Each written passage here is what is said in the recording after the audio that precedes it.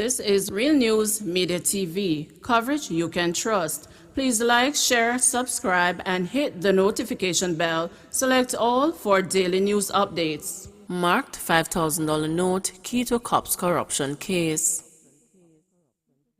A policeman who has been serving in the Jamaica Constabulary Force for the past 19 years was yesterday granted bail when he appeared in the Kingston and St Andrew Parish Court for an alleged breach of the Anti-Corruption Act. Corporal Alan Henry, who was attached to the Hunts Bay Police Station, was held in a sting operation set up by the Inspectorate and Professional Standards Oversight Bureau on July 17. The allegations are that about 11 a.m. on the day in question, Henry was conducting speed checks by the 6 Miles Bridge along Washington Boulevard in St Andrew. The court heard that he signaled a motorist to stop for speeding and they informed the driver of the road traffic violation. It is alleged that Henry solicited $2,000 from the driver, saying, "What you can do, because this money is supposed to go to the government." The driver then asked the accused what he meant, and Henry allegedly replied, "Just give me $2,000 and go on, me not kill you." It is reported that the driver took out $5,000 from his pocket and told Henry that it was all the money he had, to which Henry allegedly said, "Don't worry about that, me will go get the change for you and come back." The driver handed the money to Henry and said, "Call it a day," and then drove off. However, Henry was held by investigators from iProbe, who apprehended him and escorted him to custody at the Grand Spend Police Station. The $5,000 note was reportedly marked. It is further reported that, prior to his arrest, complaints were being made to the Hunts Bay Police Station about Henry's conduct. In the bail application yesterday, Henry's lawyer Abledon Foote told Senior Parish Judge Lorian Cole Montague that fellow officers describe him as a hard-working cop. The judge granted Henry bail in the sum of $300,000 with up to 2 sureties. He is to report to the police twice a week and must surrender his travel documents. Fingerprint and stop orders were also made.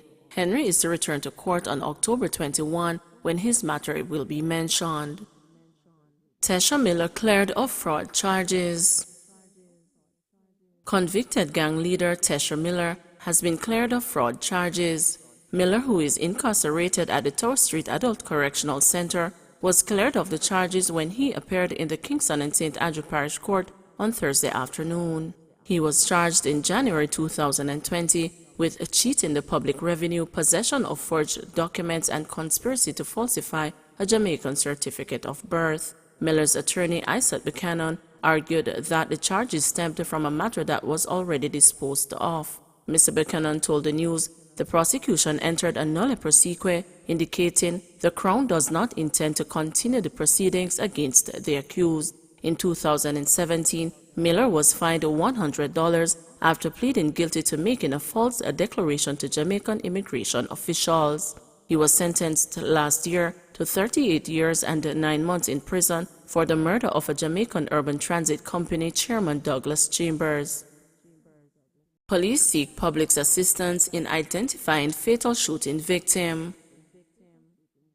The Denham Town Police are seeking the public's assistance in identifying the body of a man who was shot and killed on Spanish Town Road in Kingston on Sunday, July 11. The man is believed to be in his 20s, is of dark complexion, medium build, about 168 centimeters or 5 feet 6 inches long.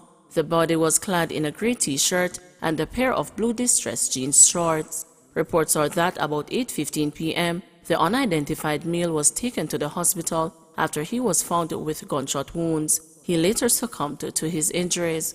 The police have asked that anyone who may be able to identify the deceased to contact the Denham Town Police at 876-948-6443, Police 119 emergency number, or the nearest police station.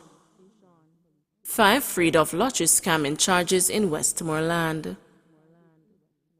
5 persons, including 2 women, who were accused of swindling US $100,000 from an American citizen, were freed of lottery scamming charges when they appeared in the Westmoreland Parish Court on Wednesday.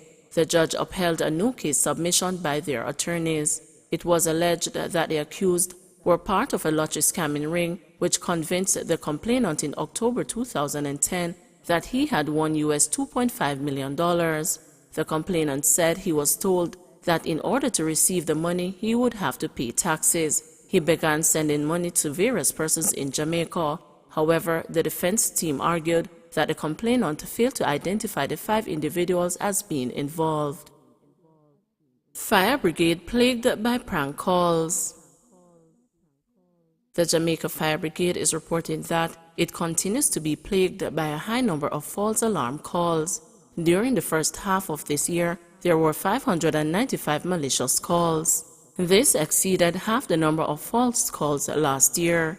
Emilia Ebanks, Public Relations Officer for the Jamaica Fire Brigade, says 1,119 false reports were received in 2020, a slight reduction from 1,204 in 2019. Mr. Ebanks is warning those who continue to make fake reports that the brigade has made reports to the police, who are conducting investigations. Police issue advisory on airport travel during curfew.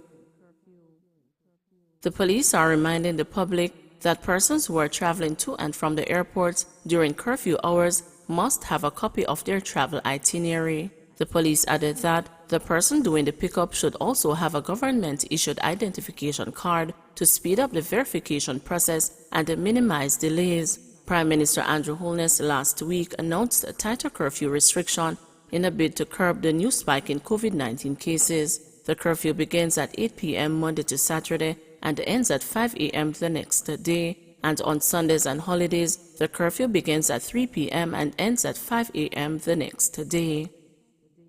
Man fatally shot in Coleyville St Andrew.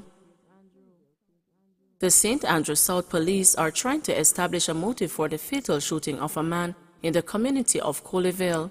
Investigators reported that about 7 o'clock Wednesday night, 43-year-old Donald Green was riding his bicycle when gunmen drove up on a motorbike and shot him at the intersection of Coleyville Crescent and Coleyville Avenue.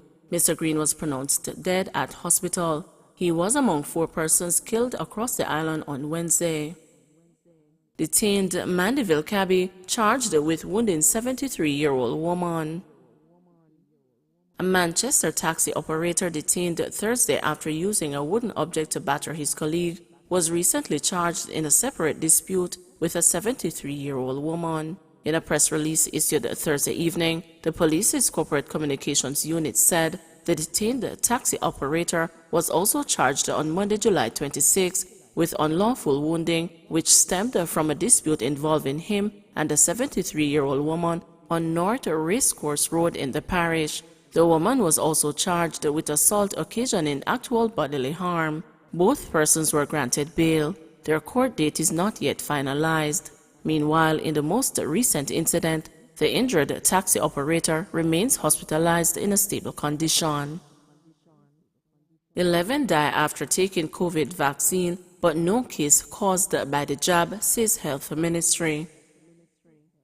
The Ministry of Health is reporting that 11 people have died in Jamaica since taking the COVID-19 vaccine. However, the ministry says none of these deaths have so far been found to have been caused by the vaccine. Dr. Melody Ennis, Director of Family Health Services, said 9 of the deaths were coincidental, meaning they were not caused by the vaccine and would have occurred whether they had the vaccine or not. Dr. Ennis said the other deaths are undetermined. The underlying illnesses that these 2 persons had possibly could have led to their deaths, and it was indeterminate if the vaccines could have caused it, but there is no such evidence at this time, she explained.